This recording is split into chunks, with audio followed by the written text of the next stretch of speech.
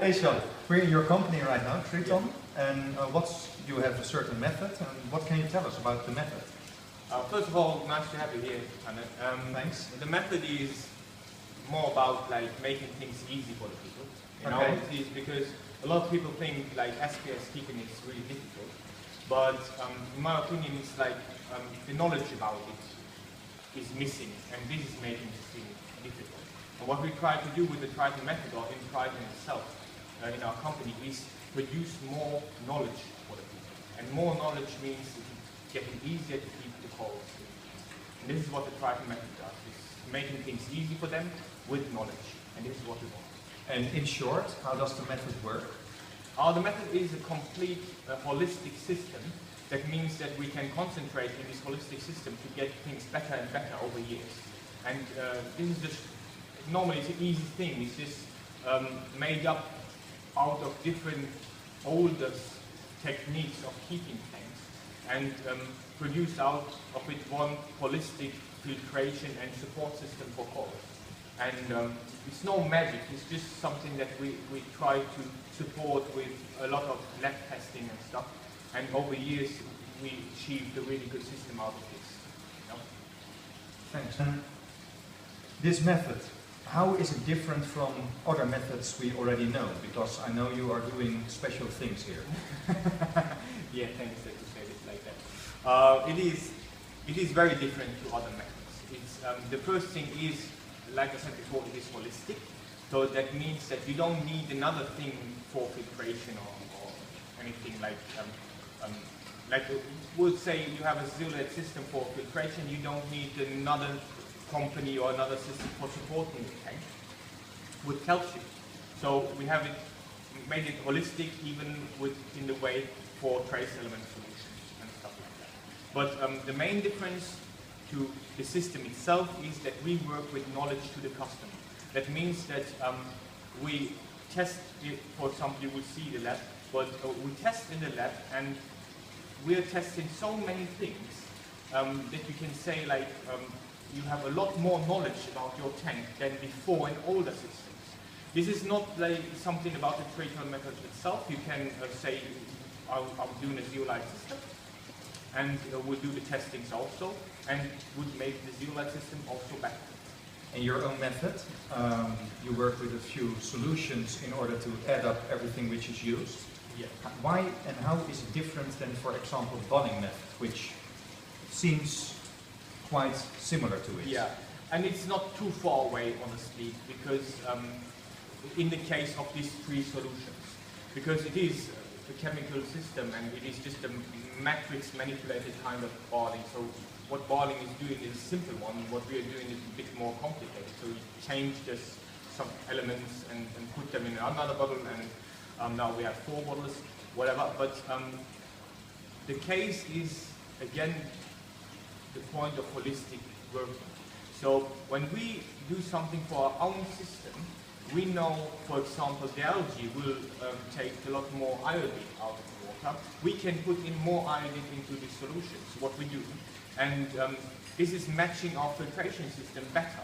A boiling method is only a supplement for calls with calcium and maybe magnesium, and it's a self-made method, so there are some do-it-yourself style, and there are some problems coming with it, some errors that can come with it, not too good salts or whatever.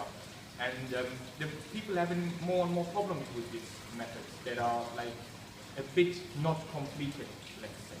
You know, it is for more advanced users. And it's the point of optimize something to a system. That so is what we do. If I understood things right, if you use the boiling method, you measure, for example, alkalinity, calcium, magnesium, you supply that and that's it. And in your method, you measure many more elements which are supplied in the amounts in which they're used. Yes. Am I right? Yes, you can say that this way, and you can say one thing more, is that when you do the boiling method and would test your water in here, you would see the differences between what you're doing or the missing elements, what you're doing, and you will go and add them. And this is what we are already do. Okay. So you understand the point. Like you would try to add them, well, let's say molybdenum or manganese or whatever, because you see that they are missing, and we have seen this too. So then we go ahead and try to add them into these three solutions, like many people are trying to do it, and then you will have your own Triton method, whatever, Triton method or whatever, but it is a bit more complicated to add 32. Because you test for each of them. Yeah. Let's have a look in the lab. Thanks. Eshan, we're in your lab now. Yeah. Can you tell us what is so special about this lab compared to others, and how could hobbyists benefit from it? Yeah, the special to this lab is that we made it up for reef keeping. So we're just measuring seawater or tank water, and we measure it in a big amount, so the information we're receiving are quite good. We're gathering a lot of information out of the tanks and the problems and stuff like that. We can measure like 99% of the water. And how much can normal hobbyists measure without your lab? In best case, even 7%. 7%. Yeah, and not as detailed and as exact. And so, what does it bring to analyze 92% more? it brings a lot of more knowledge. You know, it's easy to say, oh, my parameters are correct, but my tank is not working well. You can read it on the internet every day, but you can't say this with just 7% measurable stuff. It's just not really missing 93%. So what we do is we have a bigger, wider overview, and so we have more knowledge also about the trace elements, and this is making things way more easy and safe for the people. Okay. And did you already find out new things using this lab? Yeah, we'll find a lot of things that are quite good and also a bit bad, but I will write some articles, I think, in soon future. Okay. And can you give us an example of something you found out?